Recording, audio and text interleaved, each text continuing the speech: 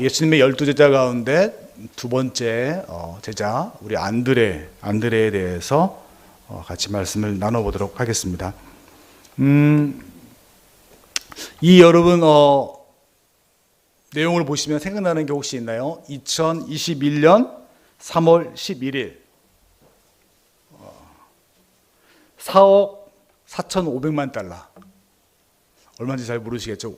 5조 1,706원이라고 합니다. 혹시 기억나시는 거 있나요?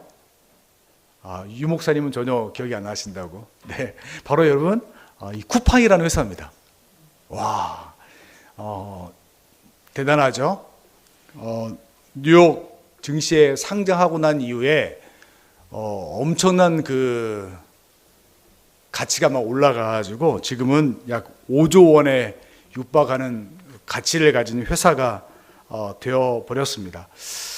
이 회사가 뉴욕에, 저는 전문가는 아니지만 뉴욕 증시에 상장을 하고 난 다음에 저는 그런 생각들을 했어요. 가치가 굉장히 높게 형성되는 걸 보면서 야, 진짜 요즘에는 이런 플랫폼이 굉장히 중요하구나. 그러니까 요즘 뭐 우리가 온라인에서도 플랫폼이 있지만 생산했던 제품들을 어떤 가정이나 필요한 것까지 배달해 주는 이런 배달 유통업체라든가 아니면 이런 플랫폼 역할을 하는 이런 회사들의 가치가 굉장히 앞으로 높고 지금도 굉장히 높게 평가가 되고 있구나 하는 것들을 생각하게 되었습니다. 그러면서 저는 제자가 무엇인가를 한번 생각해 봤습니다. 예수 그리스도의 제자는 그러면 도대체 어떤 존재여야 되는가 생각해 봤을 때 이 쿠팡이라든가 뭐 아니면 네이버라든가 이런 회사와 같은 그런 플랫폼의 역할을 하는 게 예수 그리스도의 제자가 아닌가라는 생각들을 해봤습니다. 왜냐하면 우리는 오리지널을 창조할 능력이 없어요. 우리는 그 창조자가 아니잖아요. 그러니까 오리지널을 창조한 그 창조주의 그 작품을 또 창조주를 우리가 모르는 사람들에게 또 필요로 하는 사람들에게 전달해주는 영적 유통자의 역할을 우리가 감당하는 것이 제자가 아닌가라는 생각들을 하게 되었습니다. 그것이 성경이 말하는 증인이라는 단어가 아닐까요? 증인. 내가 본 것을 그대로 이야기하는 증인.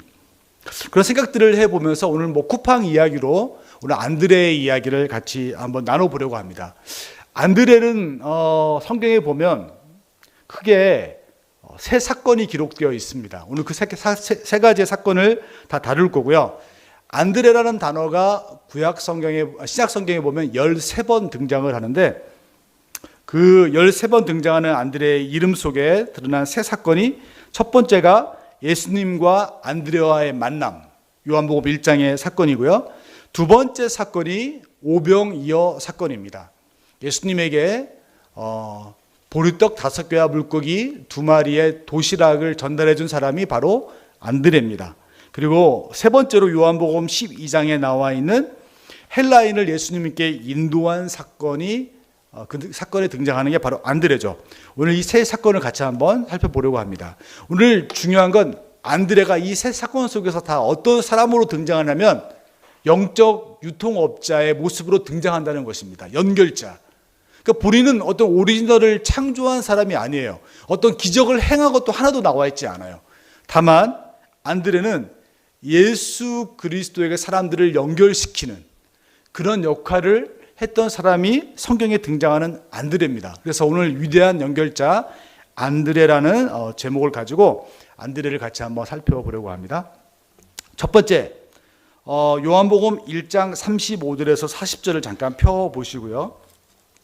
말씀을 조금 보면서 나누면 좋겠습니다.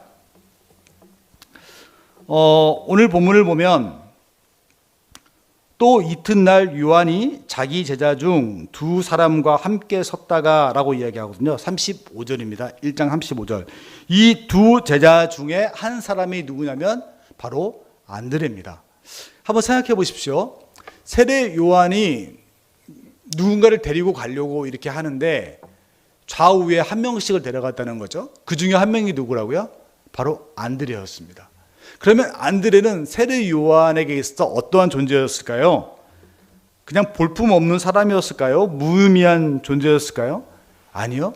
세례 요한에게 있어 안드레는 굉장히 중요한 존재였고 아마 세례 요한의 수제자였을 것이다 라는 것들을 우리가 알 수가 있습니다.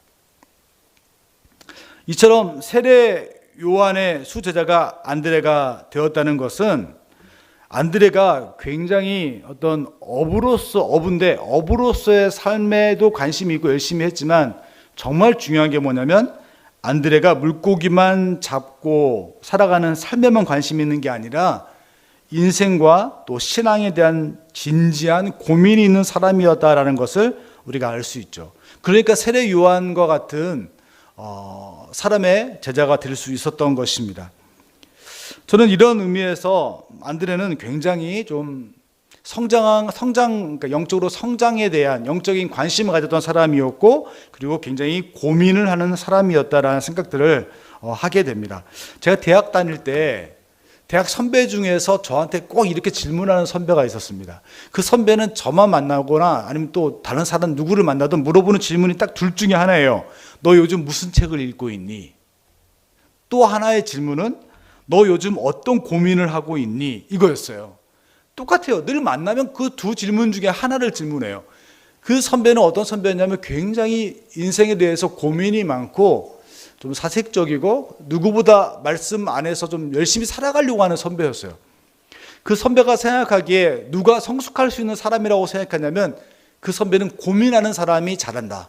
고민이 없는 사람은 잘하지 않는다 라는 생각을 했기 때문에 늘 저와 다른 어떤 친구들을 만나면 던졌던 질문이 둘 중에 하나였습니다. 안드레는 적어도 그런 고민을 가진 사람이었다고 생각합니다. 만약에 현실의 삶 가운데 그런 고민이 없는 사람이었다면 그냥 어부로서 물고기 잡는 일에 충실하며 살았겠죠. 근데 안드레는 영적인 부분에 관심이 많고 또 고민이 깊고 사려 깊은 사람이었다라는 것을 우리가 어느 정도 추측을 할 수가 있겠죠. 자, 오늘 한번 봅시다. 안드레에게 있어 정말 중요한 두 가지 교훈이 있는데 첫 번째는 예수님의 첫 번째 제자였다라는 것입니다. 여러분 예수님의 첫 번째 제자가 누구라고 생각하셨나요? 베드로라고 생각하실 수도 있는데요. 베드로는 첫 번째 제자가 아닙니다. 베드로는 두 번째나 세 번째 제자였을 가능성이 높습니다. 어쨌든 예수님께서 안드레를 첫 번째 제자로 삼아 주셨어요. 처음이라는 것은 여러분 어떤 느낌이 있나요? 제가 두 개의 날짜를 적었는데 1963년 9월 15일 하면 생각나는 혹시 처음과 관련된 어떤 물건들이 생각나는 게 없나요? 태어나지도 않으셔가지고 잘 모르시죠. 저도 이때는 태어나지 않았지만 1963년 9월 15일은요 우리나라 최초의 라면이 만들어진 날입니다. 최초 라면이 삼양라면인데 삼양치킨 라면이라고 그냥 닭 육수를 써서 그랬는지 모르겠는데 삼양치킨 라면 그 당시 이게 10원이었거든요. 저도 어렸을 때 라면을 먹었던 기억이 나기는 하는데 이 라면은 아니었어요. 저는 뭐 형님 먼저 아우 먼저 이렇게 했던 농심 라면을 이렇게 많이 먹었던 기억이 있는데 이때 10원이었습니다. 라면이 10원. 그러면 1975년 12월 1일 하면 생각나는 게 뭐가 혹시 있을까요? 그때도 여러분 안 태어나셨나요? 제 아내는 태어났고, 네, 좋습니다. 저도 태어났었고요. 뭐가 있냐면 이때 우리나라가 처음으로 만든 자동차 포니가 나온 날입니다. 네, 1975년. 제가 왜 이런 이야기를 하냐면요. 처음에 무엇인가를 만들어내고 남이 가지 않은 처음 길을 갖는 사람들은 그 안에 여러 특징이 있겠지만 가장 큰 특징은 저는 결단력이라고 생각합니다. 무엇인가를 결단하고 나아가지 못하면 처음으로 어떤 개척자로서의 역할을 감당하는 건 불가능하죠.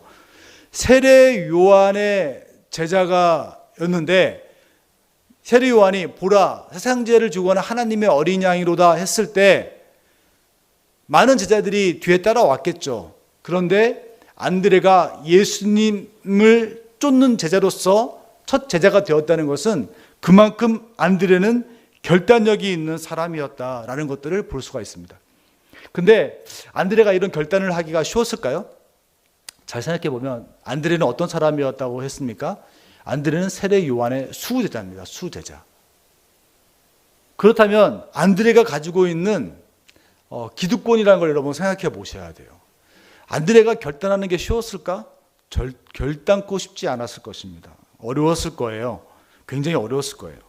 그런데 안드레는 제자로서, 세례 요한의 제자로서 그가 가졌던 기득권, 기대들이 많았을 것인데 안드레는 그 모든 기득권을 예수님을 쫓기 위해서 내려놓는 그런 결단을 할 줄 아는 사람, 그 사람이 바로 안드레였다라는 것을 말씀드릴 수가 있겠죠.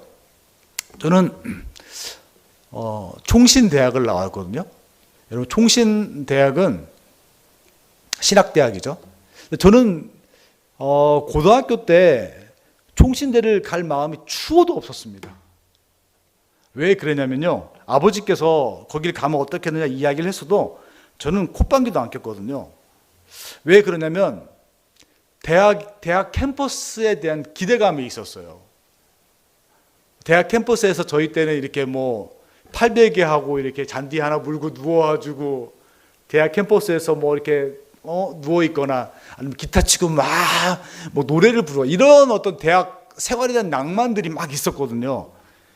그런 낭만들을 신학교를 가면 포기해야 된다는 생각을 가졌기 때문에 저는 총신대학을 입학할 생각이 전혀 없었거든요. 근데 하나님이 저를 정말 그걸 다듬으셔서 총신대학을 가게 하시더라고요.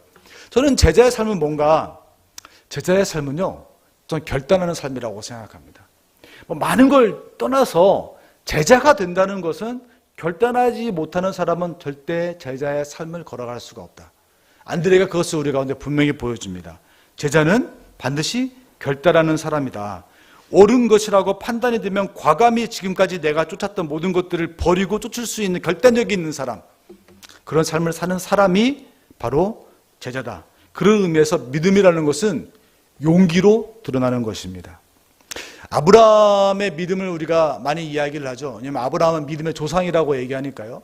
그런데 히브리서에 기록된 아브라함의 믿음의 모습들을 히브리서가 증거할 때 두 가지 사건을 중심으로 이야기를 하고 있어요. 첫 번째 사건은 아브라함이 자기 아들 이삭을 모리아산에서 바치려고 했던 사건. 그건 누가 봐도 대단한 믿음이에요. 독자 아들을 하나님이 바치라고 하니까 정말 칼을 들어 죽이려고 하는 순간까지 갔던 아브라함의 믿음은 하나님에 대한 온전한 신뢰가 없으면 그건 불가능한 모습이에요. 그 누가 봐도 믿음으로 인정할 만합니다. 두 번째가 무엇이냐면 본토 친척 아비집을 떠났다는 사건을 아브라함의 믿음을 거론할 때 성경은 반드시 거론합니다. 우리는 이게 뭐 대단한 건가? 하나님이 가라 해서 간 것뿐인데라고 생각할 수 있지만 그 당시 아버지의 집을 떠나서 친척들이 있는 시족 사회를 떠나서 다른 곳으로 간다는 것은 죽음을 의미하는데 하나님에 대한 온전한 신뢰를 가지고 그 모든 것을 결단하고 더군다나 아버지와 친척들이 다 말렸겠죠.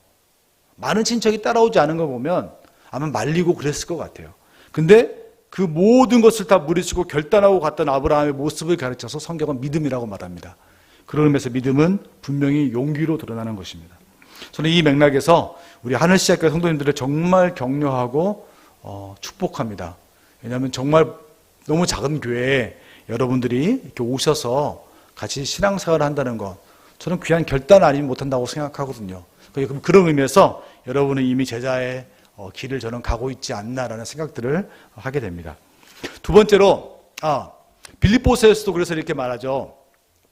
우리가 지난주에도 봤는데 사도 바울이 내가 이미 얻었다 함도 아니요 온전히 이루었다 함도 아니라 오직 내가 그리스도 예수께 잡힌 바 된 그것을 잡으려고 어떻게 한다고요? 달려가노라. 달려가려면요 결단하지 않으면 못 달려가는 거예요. 먼저 달려가겠다는 결단을 하고 난 다음에 달려갈 수 있는 거예요. 그러니까 그리스도의 제자의 삶이라는 것은 항상 결단을 요구하는 삶이었다라는 것들을 우리가 볼 수가 있습니다. 두 번째, 이 안드레의 첫 번째 요한복음 1장에 있는 사건을 통해서 우리가 기억할 수 있는 것은 가족 전도입니다. 가족 전도. 자, 호환과 마마 들어보셨나요? 세상에서 가장 무서운 게 뭐죠? 호환과 마마. 호환이 뭘까요? 호랑이가 급습하는 겁니다. 호랑이가 확 달려들 때는 누구도 못 당한다는 거죠. 그건 무서워요. 마마는 뭐죠? 천연두죠. 천연두. 그때 마마 뭐 귀신이 있다고 생각했기 때문에 천연두에 걸리면 다 죽는 거였습니다. 그래서 그 당시 옛날에는 호환과 마마 하면 굉장히 두려운 존재였어요. 세상에서 여러분 가장 힘든 것이 무엇일까요? 신앙생활을 하면서 가장 힘든 거예요. 무엇일까요? 교회 개척? 힘들죠. 분명히 어려운 거 맞아요. 근데 교회 개척보다 저는 더 힘든 게 있다고 생각하거든요. 신앙생활에서. 가족 전도라고 생각합니다. 가족 전도는 진짜 어려워요. 저도 뭐 들은 이야기가 10년을 목사님 기도했어요. 남편을 위해서. 20년을 기도했어요. 30년을 기도했어요. 하는데 남편이 변하지 않고 배우자가 변하지 않고 아이들이 변하지 않아서 부모님이 바뀌지 않아서 가슴앓이 하면서 지금도 눈물을 흘리며 기도하는 분들의 이야기를 듣습니다. 여러분. 가족 전도가 그렇게 어렵더라고요. 교회는 그냥 개척하면 돼요. 사실은. 사람이 모이지 않아도 교회가 세워지는 거잖아요. 그런 의미에서 저는 가족 전도보다 훨씬 더 개척이 쉽지 않나라는 생각들을 해봅니다. 그런데 오늘 안드레가 가족을 전도해요. 왜 가족 전도가 어렵다고 생각하세요? 나를 아니까. 나의 연약함을 다 아니까. 그래서 전도하는 사람도 자신이 없고 확신이 없으면 확신이 있어도 그걸 이야기해도 상대가 믿으려고 하지 않고 내 변화를 믿으려 하지 않고 그래서 가족 전도가 굉장히 어려운 거죠. 오늘 안드레가 가족을 전도하는데 세 가지의 스텝을 겪으면서 전도하고 있다는 것을 볼 수가 있습니다. 안드레의 가족 전도 첫 번째는 자신의 변화를 이야기합니다. 안드레가 뭐라고 말합니까? 내가 메시아를 만났다 이렇게 말을 하죠. 처음에 예수님을 향해서 랍비라고 이야기했던 안드레가 이제 뭐라고 하죠? 예수를 메시아라고 전하면서 베드로에게 예수를 소개하고 있습니다. 처음에 안드레가 예수님을 부를 때는 랍비어라고 불렀어요. 그런데 예수님과 함께 오랫동안 머물면서 많은 이야기를 나누고 난 다음에 안드레가 가진 분명한 확신이 뭐냐면 예수는 메시아다, 구세주다 라는 사실들을 분명히 알게 되었습니다. 그리고 베드로에게 그걸 소개하는 거예요. 전도는 이렇게 내가 만난 예수를 소개하는 거기 때문에 내가 예수에 대한 확신이 없으면 전도하기가 결코 쉽지 않은 거죠. 불가능한 거라고 볼 수가 있겠죠. 두 번째로 안드레가 어떻게 합니까? 예수님께서 안드레를 먼저 찾아오신 것처럼 그리고 안드레도 예수님 베드로를 먼저 찾아가죠. 찾아가서 베드로에게 예수를 소개하는 내용이 41절에 등장하고 있는 것을 볼 수가 있습니다. 전도는요, 가만히 앉아서 하는 게 아니라 여러분 찾아가는 거예요. 기도로 찾아가고 또 여러분 섬김으로 찾아가고 어떻게든 찾아가서 그들을 인도하는 것이 전도입니다. 전도는 찾아가는 거예요. 찾아가는 거. 세 번째로 안드레가 어떻게 전도합니까? 그를 예수에게 데려오죠. 내가 메시아를 만났다 한 안드레가 그 다음에 어떻게 이야기하나요? 베드로에게 42절을 보면 데리고 예수께로 오니 이렇게 나와 있죠. 그러니까 안드레는 자기가 만난 메시아를 그에게 전하면서 베드로를 설득하려고 하지 않았어요. 전도는 여러분 설득이 아닙니다. 절대로. 전도는 설득이 아니에요. 전도는 그냥 설득하는 것이 아니라 그를 예수께로 인도하는 것입니다. 우리는 상당히 전도한다고 할 때 무엇인가를 설득하려고 해요. 설득하려고 하니까 뭘 생각하냐면 내가 설득할 자신이 없어요. 그래서 전도하지 못하는 경우가 많아요. 전도는 설득이 아니라고요. 전도는 그냥 예수를 전하고 예수에게 그를 데려오는 게 전도라고요. 그렇게 전도가 시작되었던 것입니다. 수가성 여인의 요한복음 4장에 전도도 마찬가지예요. 여자가 물동이를 버려두고 동네로 들어가서 사람들에게 이르되 내가 행한 모든 일을 내게 말한 사람을 와서 보라. 이는 메시아가 아니냐, 그리스도가 아니냐라고 말을 하고 있습니다. 그리고 그들이 동네에 와서 나와 예수께로 오더라. 이렇게 분명히 기록하고 있습니다. 그런 의미에서 여러분의 가족, 살아가는 가족을 위해서 여러분 정말 기도할 때 안드레 여러분 전도를 잘 한번 기억해 보시기 바랍니다. 안드레가 분명히 변하였습니다. 예수님이 누군지 분명한 고백을 가지고 있었습니다. 그건 확신이에요. 그리고 난 다음에 베드로를 찾아갔습니다. 그리고 예수를 소개하고 예수께 베드로를 인도하고 데리고 오는 것, 그게 안드레의 전도였던 것입니다. 이 시간 같이 잠깐 한번 눈을 감아 볼까요? 눈을 감고 여러분의 가족들을 한번 생각해 봅시다. 반주를 좀 해주면 좋을 것 같습니다. 한번 여러분 가족들을 한번 생각해 보시죠. 여러분의 가족들은 어떤가요? 어떤 믿음에 분명하게 서 계신가요? 이제 같이 한번 기도할 때 하나님, 제가 우리 가족을 구원하는 안드레가 될 수 있도록 인도해 주옵소서. 먼저 내 안에 있는 예수 그리스도의 믿음을 더 굳건히 하게 도와주십시오. 그 고백을 분명히 하게 도와주십시오. 그리고 우리 가족들에게 나아가기를 원합니다. 기도로 나아가고 섬김으로 나아가고 또한 어떤 다양한 방법이든 그들 앞에 나아가기를 원합니다.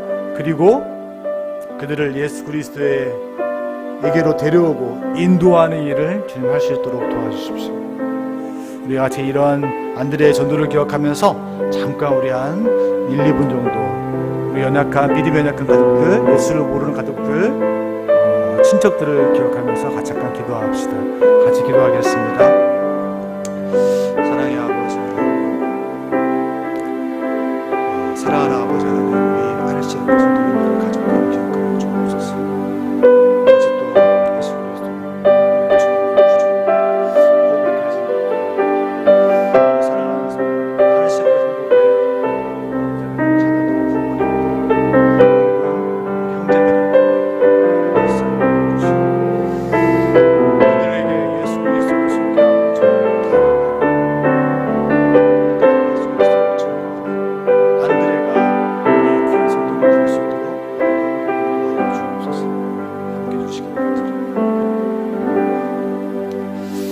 모든 말씀 예수 그리스도의 이름으로 간절히 기도드리옵나이다. 아멘. 네, 오늘 첫 번째로 안드레에게서 우리가 봤던 것은 믿음은 결단하는 것이다 라는 것과 가족 전도에 대한 교훈을 우리가 배웠습니다.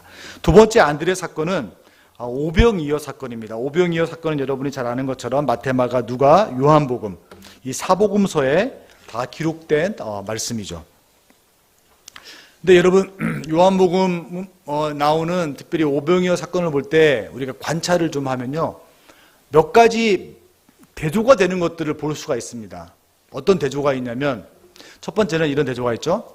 5천 대 1 기억하시나요? 5천은 무엇일까요?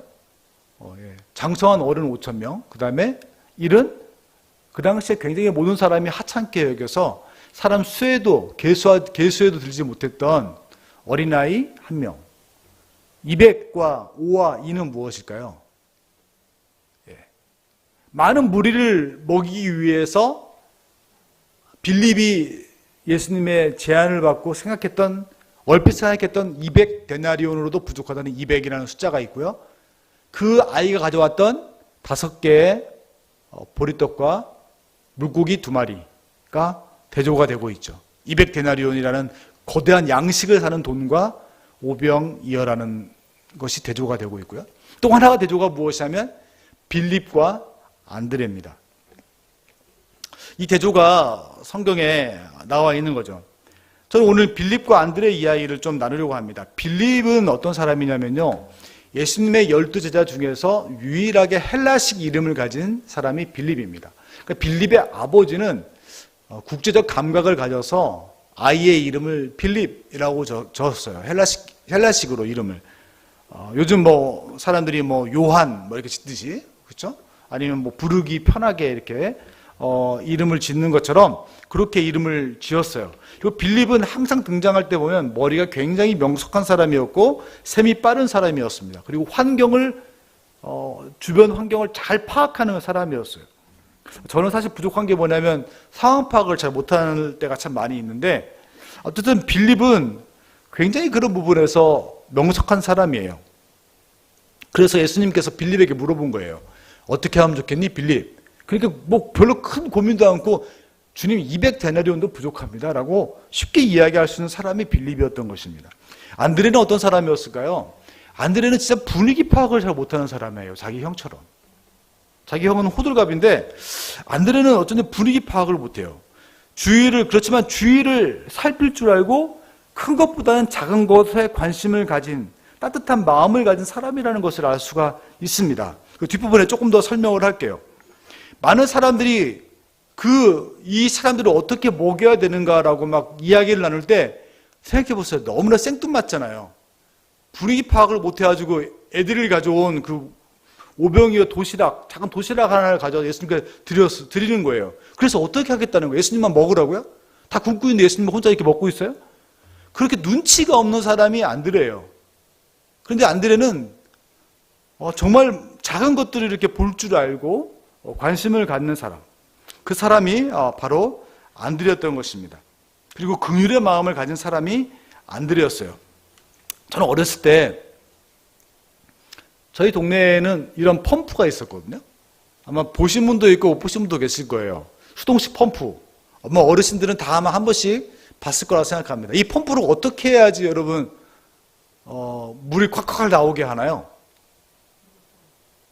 사모님 혹시 아시나요? 한 번도 못 보셨군요. 이 마중물이라고 해서 한 바가지 이렇게 물을 퍼가지고요. 이 펌프에다가 붓고 막 이렇게 펌핑을 하면 그때 이것이 그 압축이 되어서 그 지하수 밑에 있는 어마어마한 물들을 끄집어 올려가지고 이 수도꼭지로 물이 콱콱 나오게 하는 게 이 수동식 펌프죠. 저는 안드레가 그런 사람이었다라고 생각합니다. 아주 작은 거였지만 그 작은 마중물의 역할을 했던 사람이 성경의 안드레다라는 생각들을 해보게 됩니다. 저는 목회도 이런 것이 아닐까라는 생각을 합니다. 분당 우리 교회가 참 주목받는 한국의 대표적인 건강한 교회라고 말을 하고 있죠.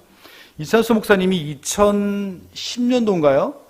목회하시라인가에 주목해야 될 미래 교회 이렇게 몇 개 교회 할 때 거기에 실렸어요.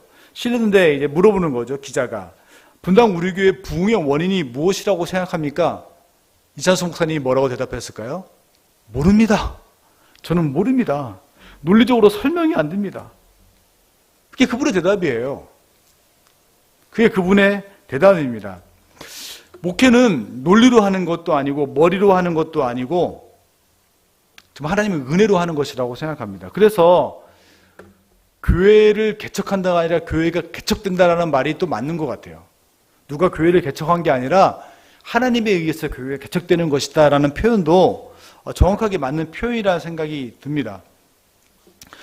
목회는 하나님의 은혜를 성도들에게 안내하는 마중물 같은 역할을 하는 것이다. 제자도 마찬가지예요. 제자의 삶을 사는 것은 우리가 그 사람의 인생을 책임지는 게 아니에요. 책임은 누가 지는 겁니까? 하나님이 주시는 거죠. 그리고 하나님께서 그분에게 은혜를 주시는 거예요. 은혜를 줄 수 있도록 마중물 역할을 하는 것이 무엇이냐면 제자의 삶이라는 것입니다.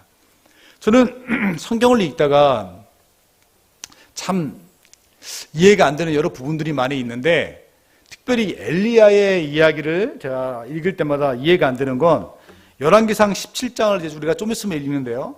열왕기상 17장에 그 그릿 시냇가에 있는 엘리야를 하나님께서 약 한 17km 떨어져 있는 그 당시 바벨론 우상 숭배의 중심지였던 사르밧으로 보냅니다. 그래서 누굴 만나게 하죠? 사르밧 과부를 만나게 하거든요. 사르밧은 과부의 이름이 아니라 지명 이름이에요. 그 사르밧 과부를 만나게 합니다. 그런데 하나님이 실수를 하신 것 같아요.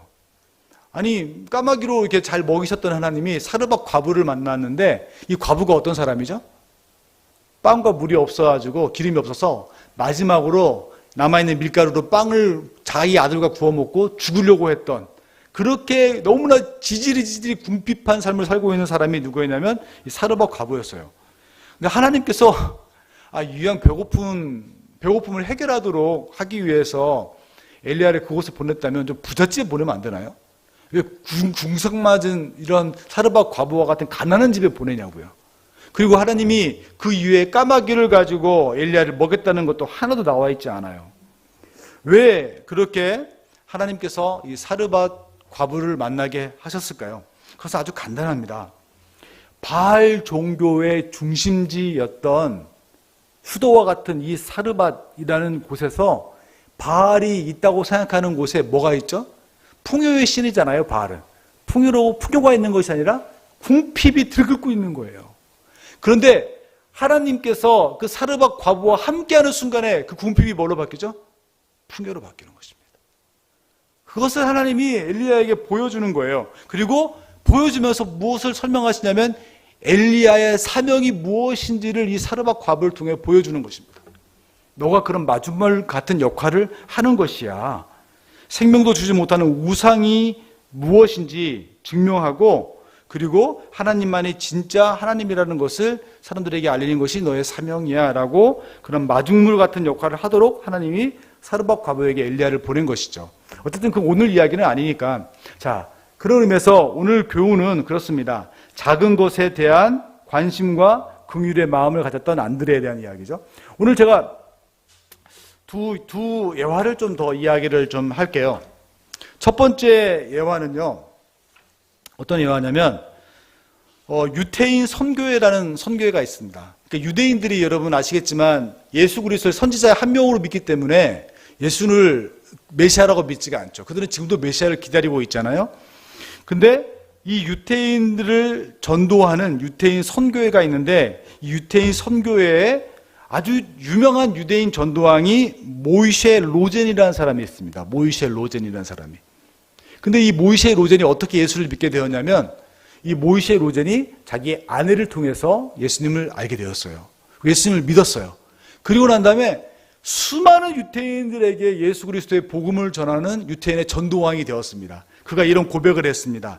내 아내 세일은 그리 전도를 잘하는 여자는 아닙니다. 하지만 세일이 전도했던 사람은 딱 둘밖에 없는데 바로 나와 내 딸이었습니다. 안드레가 베드로를 전도하지 않았다면 베드로를 통해서 사도행전에 5,000명, 3,000명이 회개하고 주 앞에 돌아오고 교회가 세워지는 일은 결코 일어나지 않는다고요. 마찬가지로 데이비드 리빙스톤을 여러분 아시죠? 아프리카의 정말 성자라고 이야기하는 리빙스톤. 근데 이 리빙스턴이 스코틀랜드의 셀콕이라는 도시에서 살았는데요. 그 셀콕이라는 도시에서 20년 동안 목회를 했던 시골 영국 목회자가 있습니다. 그 목회자가 20년 동안 세례를 준 아이가 딱 한 명이 있는데 그게 바로 리빙스턴이었어요. 리빙스턴. 그리고 굉장히 참 실망을 많이 했죠. 굉장히 우울해했죠. 내가 일평생 동안 세례 준 아이는 한 명밖에 없구나. 근데 그게 리빙스턴이었고, 리빙스턴을 통해서 아프리카에 하나님의 복음이 전파되어지고 엄청난 일들이 일어나기 시작했던 것입니다. 그러니까 그러니까 안드레의 역할은 무엇이었냐면, 아무도 관심을 갖지 않은 연약한 존재, 그 한 사람을 예수님께로 인도하고 그를 통해서 엄청난 일들이 일어나는 일들을 했던 사람이 누구냐면 바로 안드레였던 것입니다. 베드로는 마치 투망식 고기잡이를 하는 것처럼 엄청난 물고기를 사람들을 한 번 설교하면 3,000명, 5,000명씩 회개하는 일을 했지만, 안드레는 한 명, 아무도 관심 갖지 않은, 어쩌면 그 한 명을 예수님께 인도하는 역할을 했을 뿐인데, 그 일을 통해서 엄청난 예수 그리스도의 사역들이 펼쳐지는 것들을 목격하게 되는 것이죠. 그런 의미에서 제자는 다수가 아닌 소수에 관심을 갖는 사람이고, 큰 것이 아닌 작은 것에 관심과 긍휼을 갖는 사람이 바로 제자인 것입니다. 다시 한번요.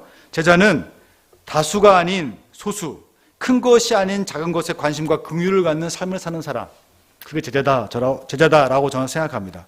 제 이야기를 조금 더 하도록 할까요? 제가 교회 남서은혜교회에서 교구 목사로 또 고등부 담당 목사로 사역을 할 때 여러 가지 일들이 있었는데요. 특별히 정말 긍휼이 필요한 한 가정이 있었습니다.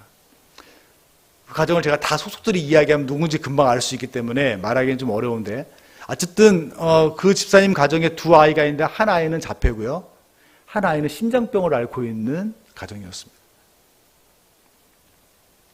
근데 저는 첫 번째 자폐 그 아이보다도 그 딸 아이가 심장병을 앓고 있었고 할아버지가 흉부외과 의사였어요. 너무 참 아이러니하죠. 근데 선천성 신장 판막증을 가지고 있는 친구였습니다. 제가 사역을 할 때 이 아이가 부정맥이 와서 대동맥을 이제 연결해야 되는 큰 수술을 해야 되는, 그리고 심장의 이 기계를 이제 바꾸어야 되는 그러한 큰 수술이 있는 때였습니다. 의사도 뭐 잘 될 확률이 한 50%도 안 된다 말할 정도로 그런 어려운 수술이었습니다. 그 아이를 신방을 했죠. 그리고 아이와 이야기를 나눴습니다. 그래, 수술 잘 받고 난 다음에 회복하고 우리 만나자. 그래, 목사님이 너 나중에 퇴원하면 뭘 사주면 좋을까? 이런 얘기를 나눴습니다. 근데 그 아이가 만두 전골을 좋아한다는 거예요. 그래, 목사님이 만두 전골 반드시 사줄게. 그렇게 하고 수술을 정말 잘 마쳤어요. 은혜 가운데. 그리고 당분간 아무튼 뛰지 못하는 건 당연한 거고, 간신히 뭐 걸을 정도의 상태가 되었을 때 제가 그 아이에게 만두를 사주고 갔습니다. 그 집사님이 깜짝 놀라시더라고요. 어떻게 그걸 기억하시고 그 만두를 사오게 되었냐고. 그래서 막 제 앞에서 눈물을 흘렸던 그 일들이 저는 기억나는데요. 저는 그분을 위해서 대단한 일을 한 거 아니에요. 제가 뭐 수술을 시켜준 것도 아니고 수술비를 대준 것도 아니고, 다만 너무 작은 일이지만 그 가정을 위해서 그냥 만두 전골도 아니라 만두 사주고 간 거예요. 만두. 근데 그걸 정말 큰 감동으로 받더라고요. 어찌 하다 보니까 제 자랑을 하게 되었는데, 자랑은 아니고, 중요한 건 제자는 큰 것이 아닌 작은 것에 관심을 갖는 사람이고, 다수가 아닌 소수의 관심과 긍휼을 갖는 삶을 사는 사람이라는 것들을 말씀드리고 싶었던 것입니다. 우리 교회의 사진이죠. 너무 감사한 건 우리 교회가 아주 작지만 다음 세대를 위한 예배를 드리고 있다는 것이 저는 너무 감사합니다. 사실 같이 드려도 돼요. 그런데 두 분의 헌신을 통해서 주일학교가 시작되었고, 정말 그 작은 것에 관심을 가져주고 헌신해 주셨다는 것, 그것이 얼마나 큰 관심인지 감사한지 일인지 모르겠습니다. 세 번째로, 한 알에 미리 땅에 떨어져 죽지 아니하면 열매를 맺지 못한다는 말씀이 있죠. 이 말씀이 어떻게 나왔냐면 요한복음 12장을 같이 한번 펴봅시다. 요한복음 12장 20절부터 28절입니다. 이때는 예수님께서 이제 예루살렘 성전에 들어오셨고 곧 십자가를 지시기 전이었어요. 예수님 마음이 좀 복잡했겠죠. 이제는 예수님이 십자가를 져야 될 지정에 이르렀으니까. 그때 헬라인들이 유대의 예루살렘으로 와서 제사를 드리러 왔는데 예수님을 만나보고 싶은 거예요. 예수님이 굉장히 유명했잖아요. 그러니까 예수님이 왔다는 소식을 듣고 예수님을 만나고 싶었어요. 근데 그 헬라 유대인들이 예수님을 찾아왔는데 만나야 되는데 누굴 찾아왔냐면 빌립이라는 제자를 찾아왔습니다. 왜 빌립을 찾아왔을까요? 빌립의 이름이 뭐라고요? 헬라식 이름입니다. 그러니까 빌립을 찾아온 거예요. 빌립은 우리를 잘 이해하겠지, 이방인들이 찾아온 것입니다. 그때 빌립을 찾아왔는데 빌립은 그들이 예수님을 만나고 싶어 할 때 굉장히 주저해요. 왜 주저했을까요? 셈이 복잡한 거예요. 이들을 안내해 주는 게 좋을지, 뭐 어떻게 하는 게 좋을지 막 계산을 막 하고 있어요. 200데나리온의 이야기를 한 것처럼. 그때 빌립이 안드레를 찾아가죠. 아무래도 안드레가 제자들 사이에서 그런 말들을 잘 들어주고 관심을 갖고 긍휼의 마음을 가진 사람이었기 때문에 빌립이 안드레를 찾아가지고 물었어요. 우리 어떻게 하면 좋아? 그러니까 안드레는 아무 생각 없습니다. 그래? 안드레의 역할이 뭐죠? 그냥 안내해 주는 거예요. 예수님께만 안내하면 되지. 그리고 안드레가 그들을 데리고 예수님께 안내를 하는 것이죠. 저는 이 사건을 통해서 예수님께서 했던 유명한 말씀, 12장에 있는 말씀이요. 여러분 다 기억하는 것처럼 한 알이 미리 땅에 떨어져 죽지 아니하면 열매를 맺지 못하고 떨어져 죽으면 열매를 많이 맺는다라는 말씀이 바로 여기에서 나온 것이죠. 저는 이 사건을 통해서 두 가지의 단어를 가지고 여러분과 말씀을 나누려고 합니다. 제자의 삶이 무엇인가? 제자는 첫 번째로 고정관념을 깨는 사람이다. 고정관념을 깨는 사람이다. 아마 제자들이 이 헬라인을 예수님께 인도하는 것에 대해서 아마 많은 고민을 했을 거예요. 왜냐하면 그 이후에도 많은 사람들이 헬라인에게 복음을 전하는 걸 좀 꺼렸거든요. 사도행전 11장을 보면. 그런데 사도행전 11장에서도 그리스도인이라는 호칭이 처음 나오는데 그리스도인이 누구냐라고 하면 고정관념을 깨는 사람이 그리스도인입니다.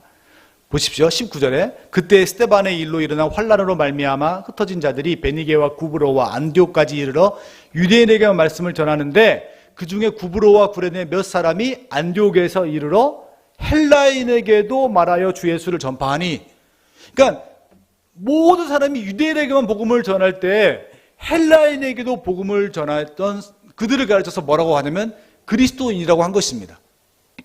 그러니까 그리스도인은 고정관념을 깨는 사람이 그리스도인이에요.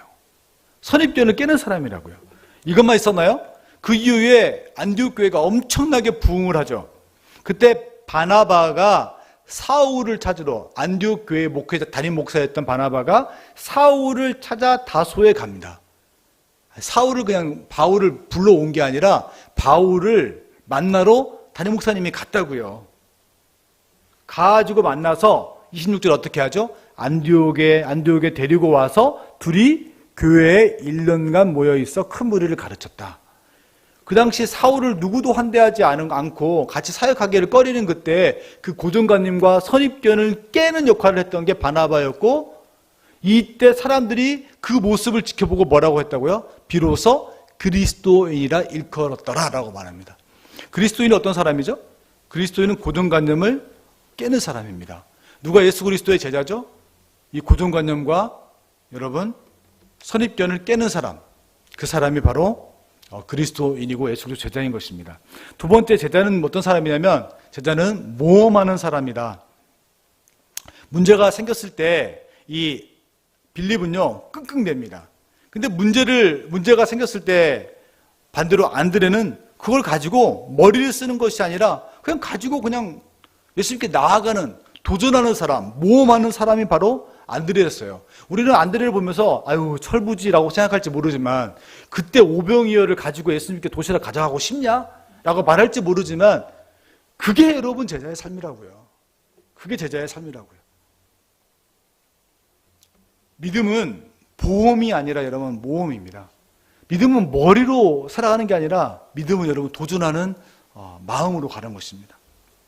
몸이 도전하는 것이 여러분 믿음인 것입니다. 빌리그램이 아니라 그 D.L. 무디 목사님이 전도를 할 때 엄청난 전도 집회가 있거든요. 그분이 전도할 때마다 그 전도 집회를 많은 사람들이 준비를 합니다.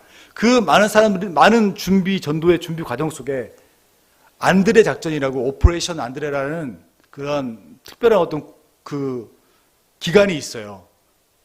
그러니까 마치 새생명 축제를 우리가 한다고 할 때 뭐 계획하고 기획하고 사람들 모으고 뭐 준비하고 뭐 후속도 양육하고 하는 것처럼 여러 일들이 있잖아요.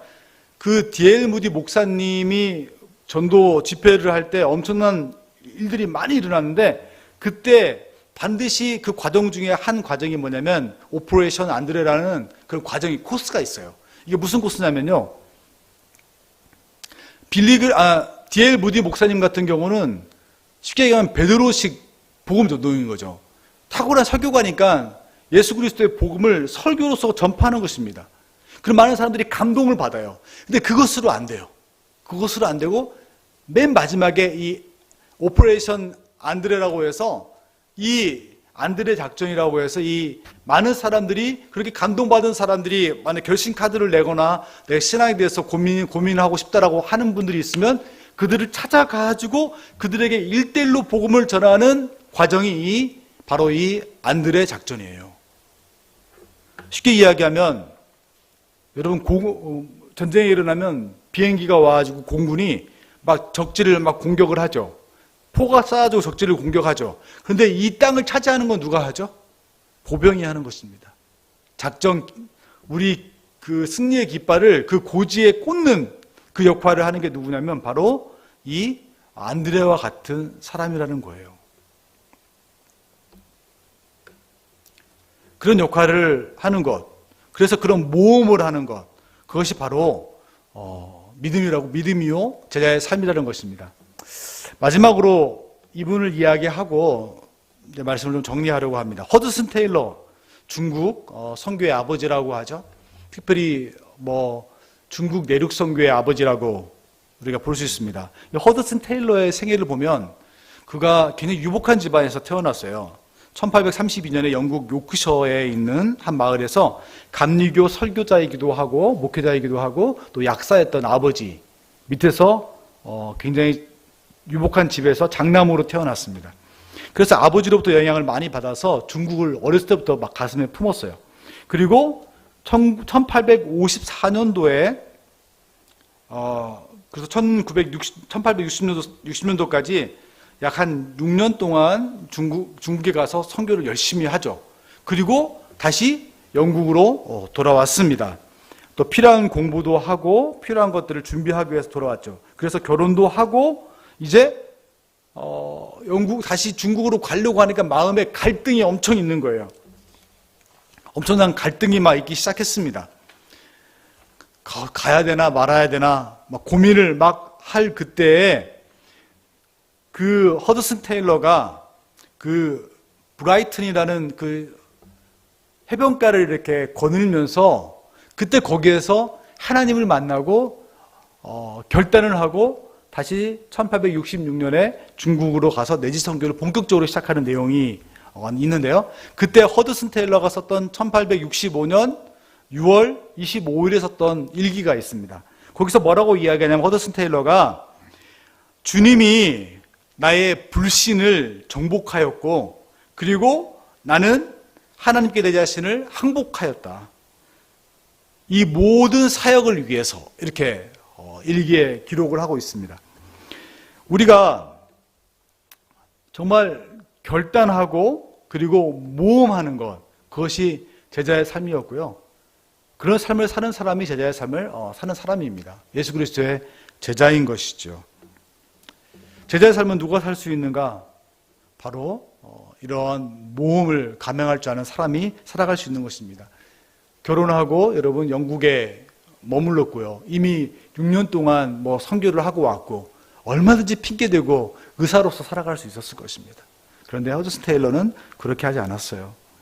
정말 주님을 만나고 자기를 하나님 앞에 굴복시키고 그리고 다시 하나님의 일을 위해서 나가는 모험을 감당했던 사람이 바로 허드슨 테일러입니다. 우리가 언제 그리스도 제자로 살아갈 수가 있습니까? 우리의 불신앙이 주님 앞에서 정복될 때입니다. 우리가 언제 예수 그리스도 제자로 살아갈 수가 있습니까? 주님을 위해 우리 자신을 복종시킬 준비가 되어 있을 때, 그때 우리는 예수 그리스도 제자의 삶을 살아갈 수가 있을 것입니다. 이제 말씀을 정리할까요?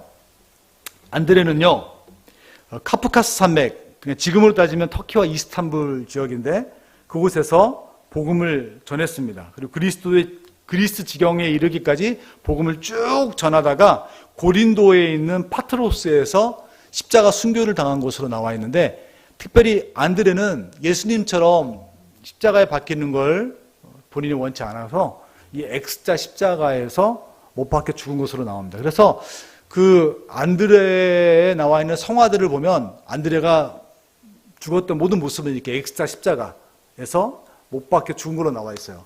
이 그림은 안드레의 순교에 대한 성화가 많이 있는데, 이 그림은 머릴로라는 화가가 그린 그림인데요.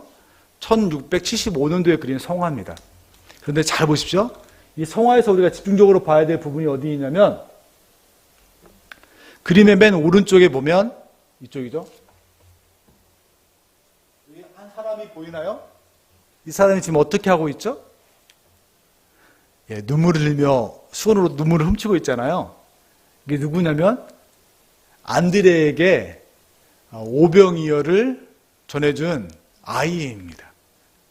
그러니까 이 머릴로라는 이 화가가 안드레를 기억할 때 잊지 못할 성화를 그리기 위해 엄청난 성경을 많이 봤을 거 아니에요. 이 머릴로가 볼 때 안드레에게 있어서 정말 잊지 못할 한 사람이 있다면 안드레의 죽음을 지켜보면서 울고 있는 이 어린아이가 있었을 것이라고 상상을 하면서 그 그림에 안드레의 죽음을 보고 눈물 흘리고 있는 이 소년의 모습을 그 가운데 그려 넣은 것이죠. 안드레는 이처럼 세 가지 사건을 통해서 잘 기억하는 것처럼 다 연결하는 사람이었습니다. 베드로를 예수님께 연결해서 하나님 나라 복음이 전파되도록 했던 사람.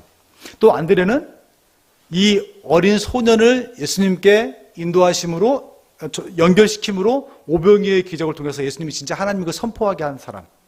또 안드레는 빌립이 주저할 때 그 헬라인들을 예수님께 인도함으로 하늘의 땅이 떨어져 죽지 아니하면 열매를 맺지 못한다는 엄청난 그 말씀이 전파되게 한 사람. 그 사람이 누굽니까? 바로 안드레입니다. 그러면서 우리는 이 단어를 좀 이거 안드레가 했던 죽을 때 순교할 때 마지막 했던 말이라고 합니다.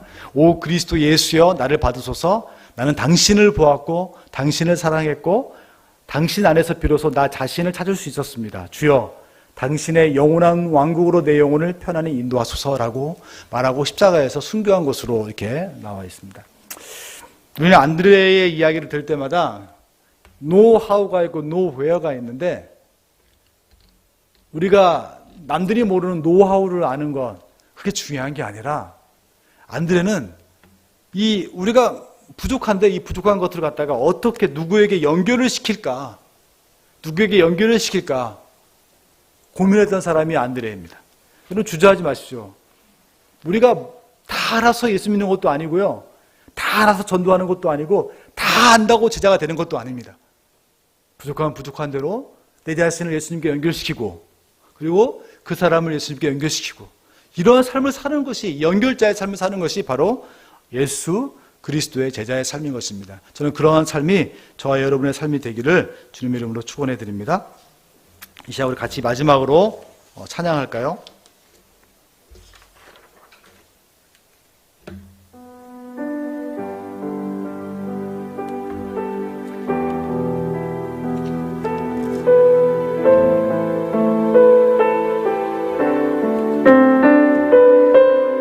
예수의 이름으로 나는 일어서리라.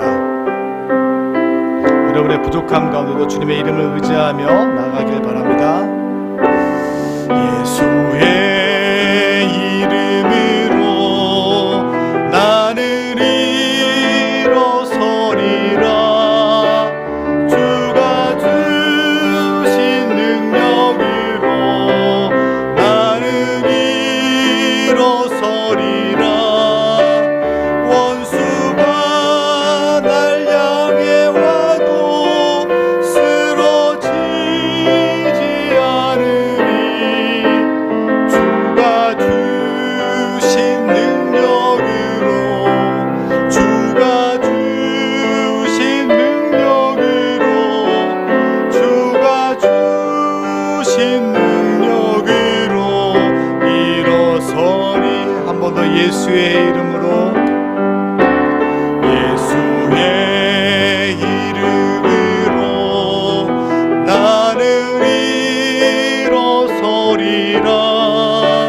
주가 주신 능력으로 나는 일어서리라. 원수가 날 향해 와도 쓰러지지 않으리.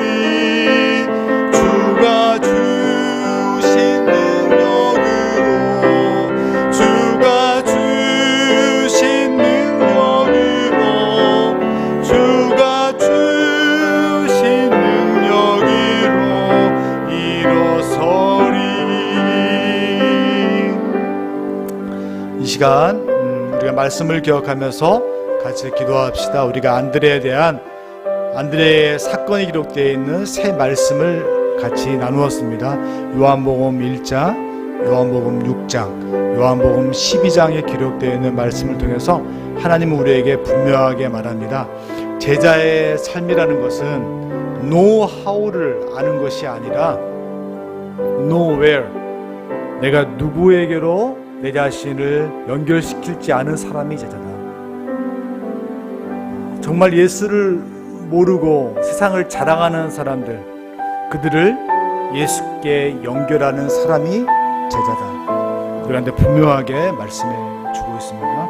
이 시간 우리가 안드레에 대한 새 사건들을 같이 살펴보면서 하나님이 우리에게 도전하시는 그 마음들을 같이 붙잡고 이 시간 주 앞에 나아가는 시간 갖도록 하겠습니다. 다 함께 기도합니다.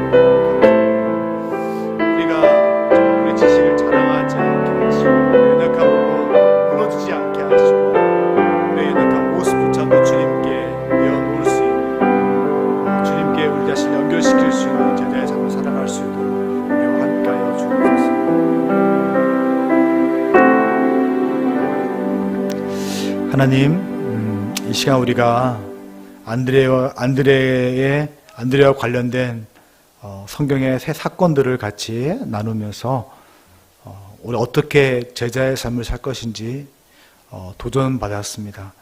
하나님, 제자는 노하우를 아는 사람이 아니라 노웨어를 할 줄 아는 사람이 제자인 것을 깨닫게 하신 것 주님 너무나 감사합니다. 우리 자신의 연약함 때문에 우리가 주님 앞에 나아가는 것을 두려워하고 세상 앞에 나아가는 것을 두려워할 때가 참 많이 있습니다.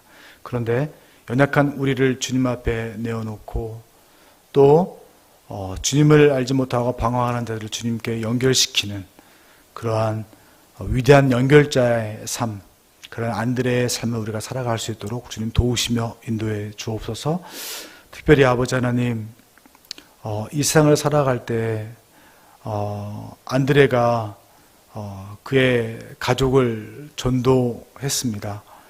우리가 안드레 전도의 모습을 보면서 아직도 우리 가족 가운데 예수 그리스도를 알지 못하는 가족들이 있다면, 또 믿음이 연약한 가족들이 있다면 그들을 정말 주님의 사람으로 세우는 일들에 헌신하기를 원하고, 그런 일이 우리의 삶 가운데 있기를 원하오니 우리를 안드레처럼 귀하게 사용하여 주옵소서. 이 모든 말씀 우리 주 예수 그리스도의 이름으로 기도드리옵나이다. 아멘. 주기도문으로 모든 순서를 마치겠습니다. 하늘에 계신 우리 아버지여, 이름이 거룩히 여김을 받으시오며 나라의 임하옵시며 뜻이 하늘에서 이루어진 것 같이 땅에서도 이루어지이다. 오늘날 우리에게 일용할 양식을 주옵시고, 우리가 우리에게 죄진 자를 사하여 준 것 같이 우리 죄를 사하여 주옵시고, 우리를 시험에 들게 하지 마옵시고 다만 악에서 구하옵소서. 대개 나라와 권세와 영광이 아버지께 영원히 있사옵나이다. 아멘.